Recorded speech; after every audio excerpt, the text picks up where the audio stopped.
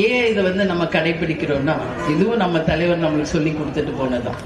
தேசிய முற்போக்கு திராவிட கழகத்தை பொறுத்த வரைக்கும் ஜாதி மதங்களுக்கு அப்பாற்பட்டு நாம் அனைவரும் ஒன்றே இனம், ஒருவரே குலம், ஒருவரே தெய்வம் என்று வாழ்கின்ற அன்பு சகோதர சகோதரிகளை கொண்ட நாடு என்பது தலைவர் அவர்கள் தன் திரைப்படங்களிலும் சரி, தன் வாழ்நாளிலும் சரி, ஒவ்வொரு நாளும் மக்களுக்காக உணர்த்தி இருக்கிறார்.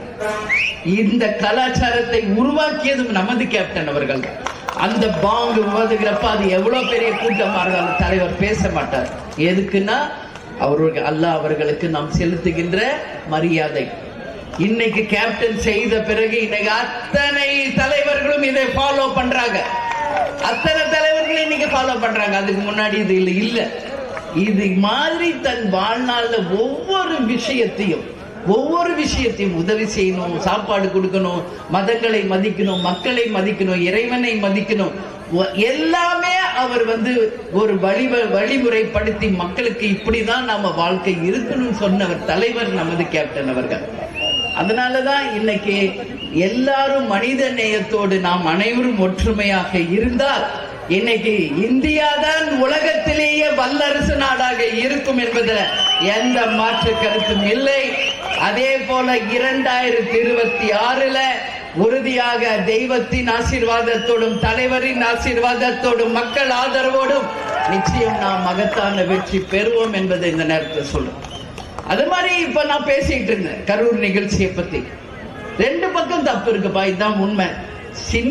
ஒரு நிறைய இருக்கு. ஆட்சியாளர்கள் மேல ஒரு 5 தப்பு, விஜய் மேல ஒரு 5 தப்பு மட்டும் நான் சொல்றேன். ஏன்னா நான் நேரா போய் பார்த்தேன். எல்லா மக்கள் பாதிக்கப்பட்டவங்க என்கிட்ட சொன்னதை கிருஷ்ணகிரியில உங்க முன்னாடி சொல்றேன். விஜய் செஞ்ச தப்ப சொல்லவா, தமிழக அரசு செஞ்ச தப்ப சொல்லவா? தமிழக அரசு. ஓகே, நான் சொல்றேன் தமிழக அரசு செய்த தவறு என்ன அப்படின்றத நான் ஃபர்ஸ்ட் சொல்றேன். இன்னைக்கு இந்த மாதிரி இடத்துல ஒரு சின்ன மீட்டிங் மாதிரி போடுங்க, இவ்வளோ கட்டுப்பாடு விதிக்கிறீங்களே. இன்னைக்கு கோர்ட்ல ஆர்டர் வருதுல, தேமுதிக மாதிரி உண்மையான கட்சி அதை நாங்க மதிக்கிறோம் இல்ல. சட்டத்தை மதிக்கின்ற ஒரே கட்சி தேசிய முற்போக்கு திராவிட. அந்த சட்டம் ஒண்ணு சொன்னா, காவல்துறை ஒரு விஷயத்தை சொன்னா அதை அப்படியே இமையளவு மாறாமல் ஃபாலோ பண்ற கட்சி தேமுதிக. ஆனா தமிழக அரசு செஞ்ச முதல் தப்பு, அந்த குறுகலான பாதையில அவர்களுக்கு பேச அனுமதி கொடுத்தது யார் என்ற கேள்வியை மக்கள் சார்பா நான் கேள்வி கேட்கிறேன். 100 அடி சாலையில பாதி சாலை பஸ்ஸே அவருது 60 அடி 40 அடி தான் இருக்கு. அது முதல் தவறு. அங்க முதல்ல பிரச்சனை எங்க ஆரம்பிக்குதுன்னா, ஆம்புலன்ஸை யார் அந்த கூட்டத்தில் அனுமதித்தது யார்? இந்த கேள்விக்கு தமிழக அரசு பதில் சொல்லி ஆகும். அந்த ஆம்புலன்ஸ் உள்ள வரும்போது மக்கள் மத்தியில இட நெருக்கடி ஆகுது, நெரிச்சல் உண்டாகுது, ஒருத்தர் மேல ஒருத்தர் விழுகிற நிலைமை உருவாகுது. அடுத்தது 3வது பிரச்சனை பார்த்தோம்னா, ஃபர்ஸ்ட் ஒரு ஆம்புலன்ஸ், அடுத்து ஒரு ஆம்புலன்ஸ் போகுது. விஜய் பேசிக்கிட்டு இருக்காரு மேல. யார் விஜய் மேல செருப்பு கல்லு வீசினது? யார் வீசினா? இதற்கு கட்டாயம் அரசு பதில் சொல்லணும். இன்னைக்கு சிசிடிவி ஃபுட்டேஜ் எல்லா இடத்துலயும் சுத்துது. அந்த யார் நபர் என்பதும் இன்னைக்கு கண்டுபிடிக்கப்பட்டிருக்கு. இது வரைக்கும் கைது பண்ணாங்களா? விஜய் கைதாவாரா, புஷி ஆனந்த் கைதாவாரா, நிர்மல் குமார் கைதாவாரா மட்டும் பிரஸ் பீப்புள் பெருசா பண்றீங்களே. அந்த செருப்பை வீசுறது யார்? அவரை கைது பண்ணுச்சு அரசு. அது ஏன் யாரும் போட மாட்டேங்கிறீங்க? ஏன் போட மாட்டேங்கிறீங்க? யார் போட்டது செருப்பு? யார் கல்லு எரிஞ்சா? யார் செஞ்சா? இப்போ கட்சியில உண்மை தொண்டன் செய்வானா?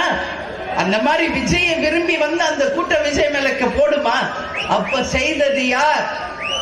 லோக்கல் ரவுடிஸ் தான் இதை பண்ணிருக்காங்க. இதுல மாற்று கருத்தே கிடையாது. அந்த ரவுடிகளை இயக்குகின்ற ஒரு அந்த யாரு மந்திரி, 10 ரூபாய் மந்திரி இருக்கார் ஒருத்தர். புரியுதா?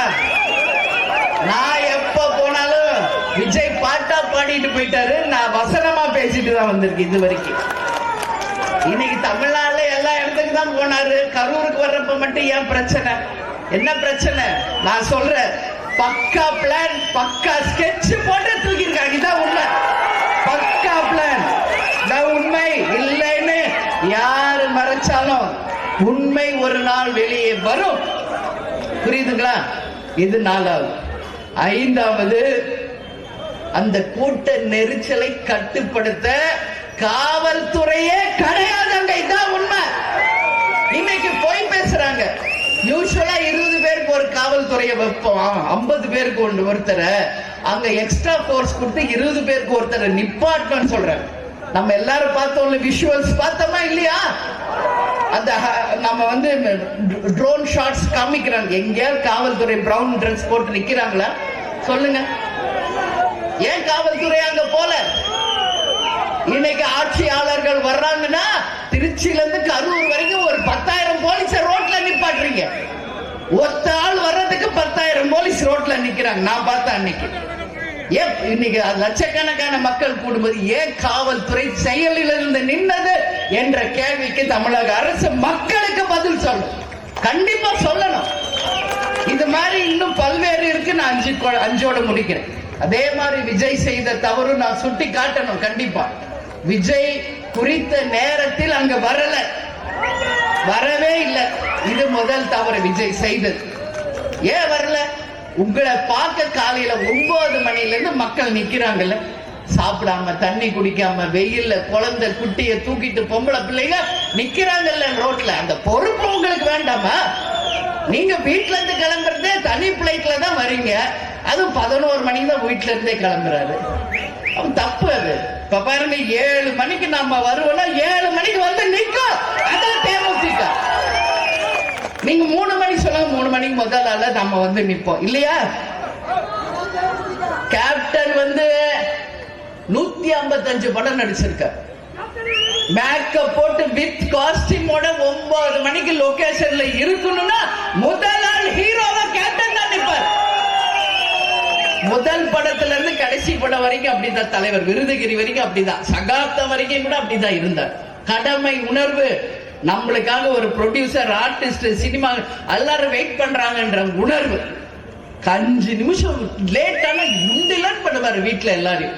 அது கேப்டன். அவரை பார்த்து பார்த்து பார்த்து பார்த்து எல்லாம் நம்ம இன்னைக்கு தலைவர்ல இருந்து தொண்டர் வரைக்கும் உருவாய். அப்ப இந்த கடமை உணர்வை தவற விட்டது விஜய். அதனால விஜய் இன்னைக்கு ஷூட்டிங் கரெக்டா போயிடுவார். அது எங்களுக்கு தெரியும். நான் தான் சொல்றேன், எங்க வீட்டு பையன் தான் அப்படின்னு. ஷூட்டிங் கரெக்டா போயிடுவார்.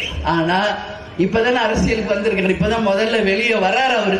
இது வரைக்கும் அவரை மக்களும் பார்க்கல, அவரும் மக்களை பார்க்கல. சோ லேட்டா வந்தது முதல் தவறு. நான் ஏற்கனவே பேட்டியில கொடுத்த மாதிரி, நமக்கும் கட்சி ஆரம்பிச்சப்போ ஒரு காவல்துறை கூட சப்போர்ட் கிடையாது. நமக்கான உண்மையாக இருந்தவர்கள் யார்? நம் கழகத்தை சேர்ந்த நமது தொண்டர் படை. பெண்களுக்கும் ஆண்களுக்கும் நாம் உருவாக்கிய தொண்டர் படைதான் ஒவ்வொரு தொண்டனையும் பாதுகாத்திருக்கு இன்னைக்கு வரைக்கும். என் கூட வந்திருக்காங்க இன்னைக்கு 10 பேர் 20 பேர். அவங்கதான் நமக்கு பாதுகாப்பு. நீங்க எதுக்கு அரசாங்க காவல்துறையை நம்பி ஏன் போறீங்க விஜய்? ஏன் இன்னைக்கு மேல நிக்கிறீங்களே, 4 பவுன்சர் உங்களை சுத்தி நிப்பாட்டுறீங்களா உங்க பாதுகாப்புக்கு? உங்களை நம்பி வந்த லட்சக்கணக்கான பெண்கள் ஆண்களுக்கு என்ன பாதுகாப்புக்கு விஜய் கொடுத்தீங்க? என்ன பாதுகாப்பு கொடுத்தீங்க? இன்னைக்கு ஒரு 10,000 பேர் இன்னைக்கு யூனிஃபார்ம் போட்டு நிக்க வைக்க வேண்டாமா? கயிறு கட்டி ஒழுங்குபடுத்த வேண்டாமா? இதோ நம்ம கேப்டன் ரதம் வருது பாருங்க. வண்டி மேல எவ்வளவு பெரிய கயிறுகள் ரெடியா இருக்கு. கூட்டத்தை கட்டுப்படுத்த எல்லா இடத்திலையும் நாம தயாரா இருப்போம்.